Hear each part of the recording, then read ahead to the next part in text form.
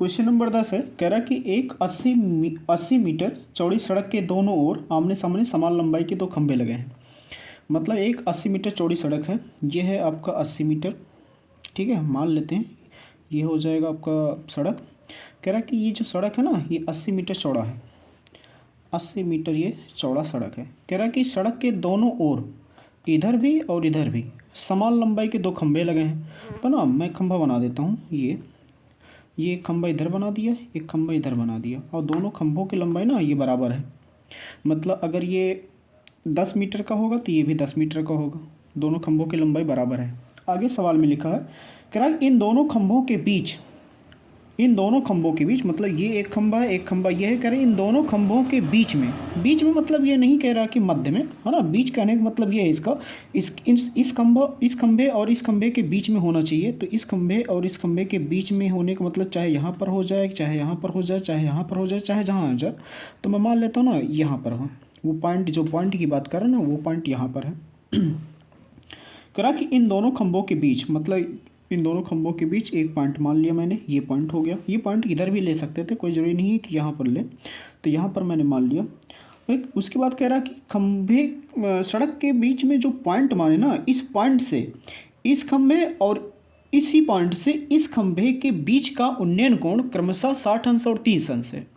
इसका मतलब इस पॉइंट से इस खंभे का उन्नयन कोण और इसी पॉइंट से इस खंभे का उन्नयन कोण 60 अंश और 30 अंश है। ये सवाल में दिया है 60 अंश है और 30 अंश है। अब बात ये आई ना कि 60 अंश यहाँ पर लिखूँ या फिर 60 अंश यहाँ पर लिखूँ, कहाँ पर लिखें 60 अंश। मेरे भाई इसके लिए आपको मैं पहले से बता देता हूँ, यहाँ पर आपका रहेगा 60 अंश 60 डिग्री और यहाँ पर रहेगा आपका 30 डिग्री। ऐसा इसलिए होता है, जैसे आपको पता होगा कि मैं अगर आपको ये बोलूँ, जैसे मैंने कहा कि भाई ये 30 डिग्री है, तो मैं बोला कि हाँ ठीक है 30 डिग्री है। मैं बोला कि अगर आप इस पॉइंट पर हो, अगर आप ना यहाँ पर इसके पास आओगे ना, तो बताओ ये कितना डिग्री बनेगा। तो आप बोलो कि हो सकता है मतलब 60 तो बनेगा ही, हो सकता है 60 बने, 70 बने, कुछ भी बने। मेरा कहने का मतलब बस इतना है, जब आप यहाँ पर थे तो ये 30 डिग्री था, एरिया ज़्यादा था। जब आप यहाँ पर 60 डिग्री पहुँचे हो ना, तो ये देख रहे हो एरिया छोटा हो गया है ना, ये छोटा एरिया हो गया है जब 60 डिग्री बनाए तब। इसका मतलब ये हुआ कि अगर एरिया छोटा है ना, तो एंगल जो है बड़ा बनेगा। इसका मतलब जो एरिया छोटा है यहाँ पर 60 डिग्री बन जाएगा, ये एरिया बड़ा है यहाँ पर 30 डिग्री बन जाएगा। तो यहाँ पर 60 डिग्री, यहाँ पर 30 डिग्री, ये हुआ। आगे सवाल में लिखा है कि दोनों खंभों की ऊंचाई ज्ञात करो। मतलब इस खंभे की और इस खंभे की ऊंचाई ज्ञात करना है, और खंभों से मतलब इससे और इससे जो बिंदु है ना उसकी दूरी ज्ञात करना है। आपसे ये कह रहा सवाल में, जो ये खंभा है ना इसकी ऊंचाई बताना है आपको। इसकी खंभे की ऊंचाई नहीं पता, इस खंभे की ऊंचाई h मान लिया। अगर ये खंभे की ऊंचाई h है ना, तो इस खंभे की ऊंचाई भी h होगी। और कह रहा कि यहाँ से इस पॉइंट से, कह रहा कि दोनों खंभों से, इस खंभे से और इस खंभे से ना, इस पॉइंट का इस बिंदु की दूरी बताओ। आप चाहो यहाँ से यहाँ तक हमको नहीं पता है, यहाँ से यहाँ तक चाहे आप इसको x मान लो, चाहे आप यहाँ से यहाँ तक इसको x मान लो, चाहे जिसको एक x मान लो, तो हमको नहीं पता। मैं कह रहा हूँ कि भाई आपसे ये छोटा वाला मैं मान लेता हूँ, मैं मान लेता हूँ यहाँ से यहाँ तक ना x है। अगर यहाँ से यहाँ तक x है ना, तो ये टोटल 80 था। 80 में से अगर यहाँ से यहाँ तक x है ना, तो ये कितना होगा, ये बचेगा आपका 80 माइनस x हो जाएगा। अब कुछ नहीं करना, हो गया, यही सवाल था। मैं एक बार रिपीट कर देता हूँ। कह रहा कि सड़क के दोनों तरफ समान लंबाई के दो खंभे हैं। कह रहा सड़क के बीच में ये पॉइंट है, एक बिंदु से खंभे के शिखर का उन्नयन कोण 60 अंश और 30 अंश है। मतलब यहाँ से 60 अंश है और इसी बिंदु से इस खंभे का शिखर का उन्नयन कोण 60 अंश है। तो यहाँ पर 60 अंश बना दिया, यहाँ पर 30 अंश बना दिया। अब सवाल आपसे कह रहा कि दोनों खंभे की ऊंचाई तथा इस बिंदु से इस खंभे की दूरी, इस बिंदु से इस खंभे की दूरी ज्ञात करो। तो मेरे भाई बन गया। मैं नामकरण कर देता हूँ। यहाँ पर ए मान लो, यहाँ पर बी मान लो, इस पॉइंट को सी मान लो, इस पॉइंट को डी मान लो, इस पॉइंट को ई मान लो। ठीक है, तो यहाँ पर सवाल सोल्यूशन करते हैं। तो लिखना, माना दोनों खंभों की ऊंचाई, भाई ऊंचाई में समान है, तो ऊंचाई कितना मान लूँ मैं, h मीटर मान लिया। कितना मान लिया, h मीटर मान लिया। ठीक है, अब क्या करेंगे ना, अब एक बार ये ट्रायंगल बन रहा है, एक बार ये ट्रायंगल बन रहा है। एक बार हम ट्रायंगल लेंगे ए बी और सी, एक बार ट्रायंगल लेंगे ई डी सी। समकोण त्रिभुज पकड़ना है बस। समकोण त्रिभुज आपका एक बार इसमें बन रहा है, एक बार इसमें बन रहा है। तो इस समकोण त्रिभुज का नाम क्या होगा? A B C. तो यहाँ पर लिखेंगे ना समकोण त्रिभुज, समकोण त्रिभुज, त्रिभुज का नाम क्या है? ए बी सी, है ना, ये सी पॉइंट है। तो ये हो जाएगा आपका ए बी सी में हम क्या लगा देंगे? tan। तो यहाँ पर हो जाएगा आपका tan कै डिग्री? इस त्रिभुज में कितना बन रहा है? 30 डिग्री, tan 30। भाई देखो tan इसलिए लगा है ना क्योंकि ये लेंथ हमको मतलब ये लेंथ के बारे में हमको जानकारी है, इस लेंथ के बारे में जानकारी है। इसका मतलब ये लंब है, ये आधार है, और लंब और आधार में किसका रिलेशन होता है? tan का, इसलिए यहाँ पर tan लिया गया है। और tan थीटा बराबर होता क्या? लंब बटा में आधार, और लंब का वैल्यू कितना है? h है, आधार का मान कितना है? 80 माइनस में x है, ठीक है।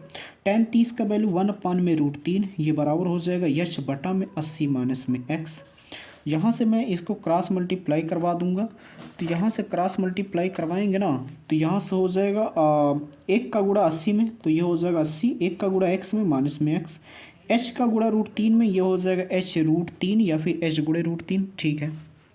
अब क्या करूँ ना, किसी एक का वैल्यू निकाल लेता हूँ मैं भाई, x का वैल्यू निकाल लेता हूँ। तो ये 80 यहाँ पर छोड़ देता हूँ, ये प्लस में h है, h√3 है, इधर आएगा ना, ये हो जाएगा माइनस में h√3, है ना, और ये माइनस एक्स से उधर जाएगा प्लस एक्स। कैसे किया? रिपीट अगेन कर देता हूँ।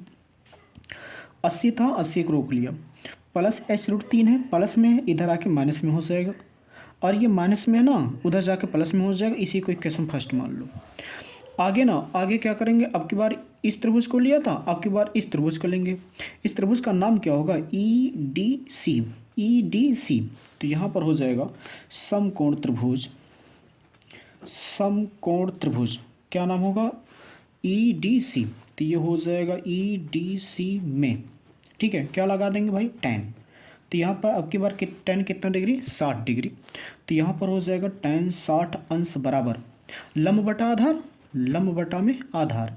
लंब का मान कितना है? h, आधार का मान कितना है? x। तो ये हो जाएगा h बटा में x, ठीक है। tan 60 के वैल्यू कितना होता है? √3, ये बराबर हो जाएगा h बटा में x, ये हो जाएगा h बटा में x। बाई 1 मान सकते हैं यहाँ पर, इसका गुणा इसमें, इसका गुणा इसमें, क्रॉस मल्टीप्लाई। तो ये हो जाएगा x का गुणा √3 में, ये हो जाएगा x गुणे √3, h कन्ने हो जाएगा भाई h। अब क्या करते हैं? यहाँ से x का मान निकला है, इसी पर रखवा देते हैं, ठीक है। या फिर ऐसे एक काम कर दें, यहाँ से x का वैल्यू निकाल लें। तो ये हो जाएगा x बराबर h बटा में गुणा में इधर आके बटम हो जाएगा √3, ये हो जाएगा समीकरण 2। समीकरण 1 और समीकरण 2 को, है ना, देखो ना, ये दोनों बराबर है, x बराबर है, तो ये दोनों क्या हो जाएगा? बराबर।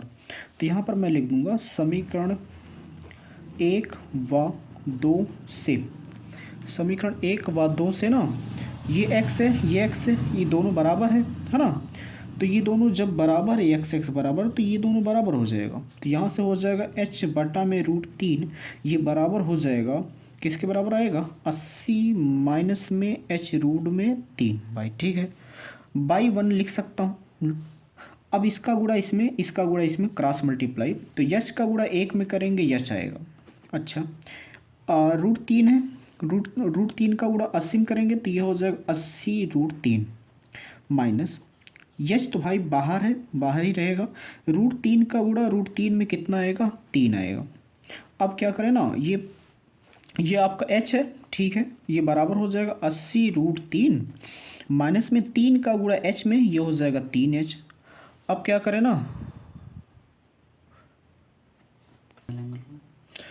तो ये हो जाएगा h बराबर 80√3 माइनस में 3h, ठीक है। तो भाई ये माइनस में 3h है, इधर आके प्लस 3h हो जाएगा। तो ये h पहले था, ये h है, ये h है, तो ये हो जाएगा 3h है माइनस में, इधर आके प्लस में 3h, ये बराबर हो जाएगा भाई 80√3, ठीक है। अब ना, अब क्या करते हैं, अब ये देखो भाई, ये 3h है, ये h है, ये हो जाएगा सर आपका 4h, ठीक है। ये बन जाएगा आपका 4h बराबर 80, ये हो जाएगा √3, ठीक भाई। यच का मान यहाँ से निकाल सकते हैं। 4 यहाँ पर क्या है भाई? गुणा में, उधर जाएगा क्या हो जाएगा? बटा में, ये हो जाएगा 80√3 बटा में 4। 4 एक अन्य 4, 4 दूना 8, यानी h बराबर ये 20 हो जाएगा, ये हो जाएगा 20√3। यानी भाई आपका पता चल गया जो खंभा है दोनों, उसकी ऊंचाई कितना है, 20√3 मीटर। ठीक है, ये बन जाएगा 20√3 मीटर खंभे की ऊंचाई। एच बराबर 20√3 हो गया भाई। इसका मतलब जो खंभा था दोनों की ऊंचाई पता चलेगा, एच बराबर 20√3 होगा, यानी एच बराबर जो होगा आपका 20√3 मीटर। ठीक भाई, ये आपका एक आंसर आ गया। अच्छा, यहाँ से एक समीकरण निकला था पहले, तो ये समीकरण था आपका भाई ना, ये समीकरण था ना, समीकरण 1 ले लो या फिर समीकरण 2 ले लो, कोई बात नहीं। इसमें थोड़ा सा कैलकुलेशन प्लस माइनस कम है, इसलिए मैं इसको लेता हूँ समीकरण 2। समीकरण 2 क्या है, x बराबर h/√3। तो यही बात मैं लिख देता हूँ, x बराबर h/√3। ठीक भाई, यहाँ से ना भाई एच का मान आया है, एच का मान इसी पर रखवा दूँ तो ये हो जाएगा x बराबर, एच के स्थान पे कितना रखेंगे, 20√3, और यहाँ पर √3 था ऑलरेडी, ये √3 कट जाए, नहीं कट जाएगा, यानी x बराबर आ गया आपका 20 मीटर के, x बराबर आ गया 20 मीटर के। ठीक है, अगर x बराबर 20 है, यानी जो पहला खंभा था ना, वो बिंदु से जो पॉइंट था सड़क पर, उससे कितना दूरी पर है, 20 मीटर की दूरी पर है। यानी पहला खंभा जो होगा ना, पहला खंभा बिंदु सी से ना, क्योंकि सी पॉइंट था, बिंदु सी से 20 मीटर की दूरी पर है, 20 मीटर की दूरी पर है भाई। ये आपका दूसरा आंसर हो गया। एक और पूछा, दूसरे खंभे की दूरी पूछा था भाई, दूसरे खंभे की दूरी है ना, दूसरे खंभे की दूरी, और दूसरे खंभे की दूरी भाई क्या है आपका, दूसरे खंभे की दूरी ये देखो ना, दूसरे खंभे की दूरी कितना है, 80 माइनस एक्स, है ना। तो यहाँ पर लिख देता हूँ 80 माइनस एक्स। तो भाई ये आपका हो जाएगा 80 माइनस एक्स का मान आया है 20, यानी 20 हो जाएगा। 80 में से 20 गया यानी 60, यानी दूसरा खंभे की जो दूसरा खंभा है उसकी दूरी हो जाएगा 60 मीटर के। ये है इस सवाल का आंसर। ठीक है।